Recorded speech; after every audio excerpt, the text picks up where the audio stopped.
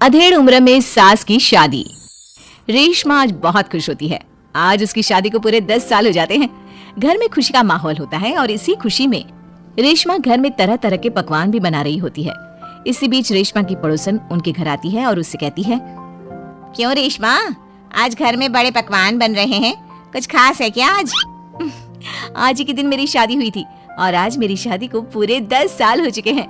अच्छा, शादी से याद आया रेशमा, क्या तुझे पता है हमारे पास वाले ही एक गांव में 70 साल की एक बुढ़िया औरत अपनी दूसरी शादी रचा रही है।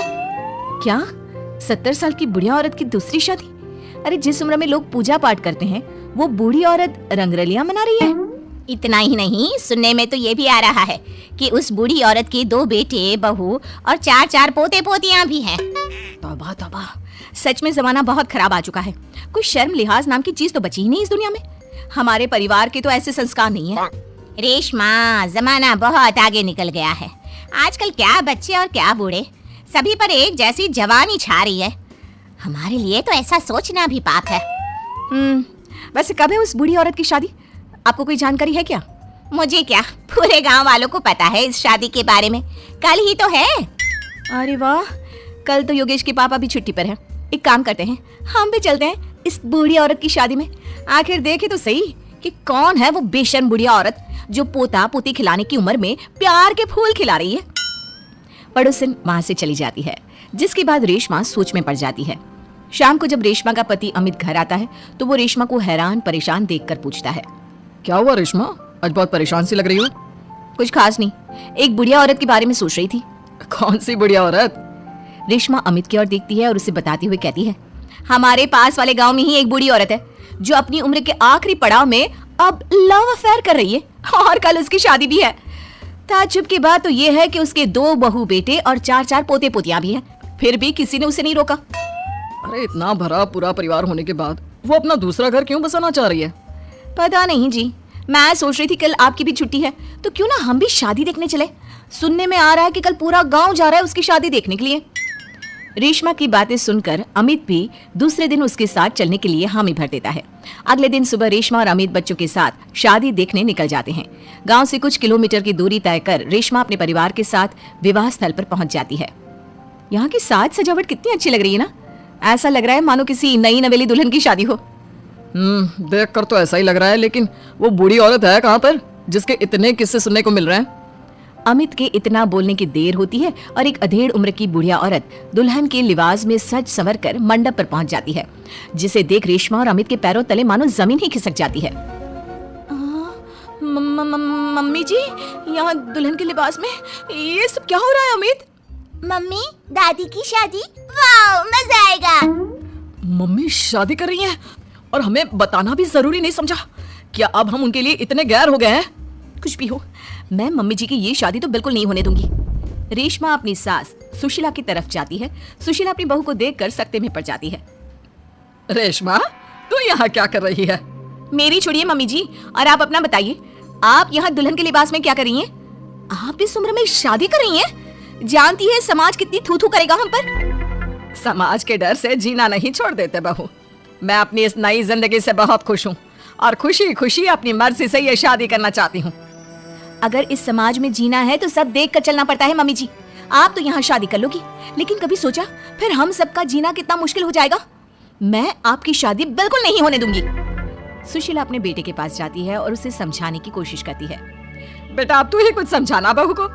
इस शादी को लेकर मेरे भी वही अरमान है जो हर लड़की के उसकी शादी पर होते हैं। बेटा, मैं क्या समझाऊं माँ उसे? आप इस उम्र में शादी करने जा रही थी और आपने हमें बताना भी जरूरी नहीं समझा? क्योंकि मैं जानती थी कि तुम लोग कभी मेरी शादी से खुश नहीं होंगे, इसलिए मैंने तुम लोगों को कुछ नहीं बताया। मम्मी जी, ये सब सोचने से पहले कभी आपको हमारी इज्जत का ख्याल नहीं आया? आज आपकी इस हरकत के कारण ही हम समाज में कहीं मुंह दिखाने के लायक नहीं रहे। बहू, कब तक तुम यूं ही समाज के बारे में सोचती रहोगी? ये लोग आज 100 तरह की बातें बनाएंगे और कल को सब भूल जाएंगे। क्या इनके डर से मैं जीना छोड़ दूं? कल तो सभी को मर जाना है, उसमें भी अगर हम ऐसे ही डर डर कर जीते रहे तो कभी खुश नहीं रह पाएंगे। मम्मी जी, बातें बनाना कोई आपसे सीखे। जिस उम्र में आपको पूजा पाठ करनी चाहिए, अपने पोते को गोद में खिलाना चाहिए, उस उम्र में आप फिर से अपना घर बसाने के सपने देख रही हो। यकीन नहीं होता मम्मी, आप इतनी स्वार्थी कैसे हो सकती हो? स्वार्थी? बहू, मैंने अपना पूरा जीवन बाकी सबकी खुशियों के लिए बिता दिया। अमित के पिताजी की मौत के बाद जब मेरे पास दूसरा घर बसाने का मौका था, तब भी मैंने अपने बारे में नहीं सोचा, अपने बच्चों के बारे में सोचा। और आज तुम मुझे स्वार्थी बोल रही हो? क्या एक बूढ़ी औरत के पास दिल नहीं होता? हमें प्यार करने का अधिकार नहीं होता? सुशीला की बातों ने सभी को सोच विचार करने पर मजबूर कर दिया। किंतु रेशमा, हर किसी को अपना जीवन जीने का अधिकार होता है मम्मी जी, लेकिन आपके साथ 3 और जिंदगियां भी जुड़ी हुई हैं। हम आपके कारण बदनामी का घूंट नहीं पी सकते मम्मी जी। आज तुम दोनों को अचानक मेरी और इस समाज की इतनी परवाह क्यों हो रही है?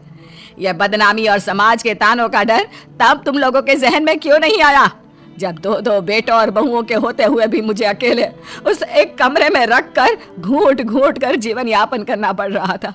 तब तुम लोगों को याद नहीं आया मुझसे कितनी जिंदगियां जुड़ी हुई हैं? सुशीला की बातें सुनकर रेशमा और अमित अपना सिर झुका लेते हैं। उन्हें अपने से हुई गलती का एहसास हो जाता है, लेकिन अभी कहीं ना कहीं उनके दिमाग में लोग क्या कहेंगे ही चल रहा था, जिसके डर से वे खामोश होकर खड़े रहते हैं।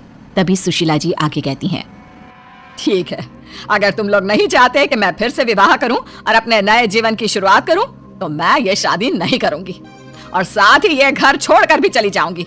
फिर ना तुम लोगों की कोई बदनामी होगी और ना ही कोई तुम्हें आकर ताने मारेगा। सुशीला की बातें सुनकर रेशमा और अमित दोनों सोच में पड़ जाते हैं। कुछ देर सोचने के बाद रेशमा कहती है, नहीं मम्मी जी, आप घर छोड़कर मत जाइए। आप सच कह रही हैं, अगर हम ऐसे ही समाज की परवाह करते रहे तो हम कभी खुशी खुशी नहीं जी पाएंगे। हाँ माँ, और आज बचपन से तेरे हर निवाले और प्यार का कर्ज मैं चुकाऊंगा। आज यहाँ से मेरी माँ की डोली उठेगी। बजाओ शहनाई, आज मेरी माँ की शादी है। फिर क्या, अपने बहू बेटों की रजामंदी के साथ सुशीला खुशी खुशी 7 फेरे लेकर नई नवेली दुल्हन बन जाती है और सब शादी की खुशियों में मगन हो जाते हैं। दोस्तों, हमें उम्मीद है कि आपको हमारी ये कहानी पसंद आई होगी। तो हाँ, वीडियो लाइक और शेयर करना मत भूलिएगा। Bye bye.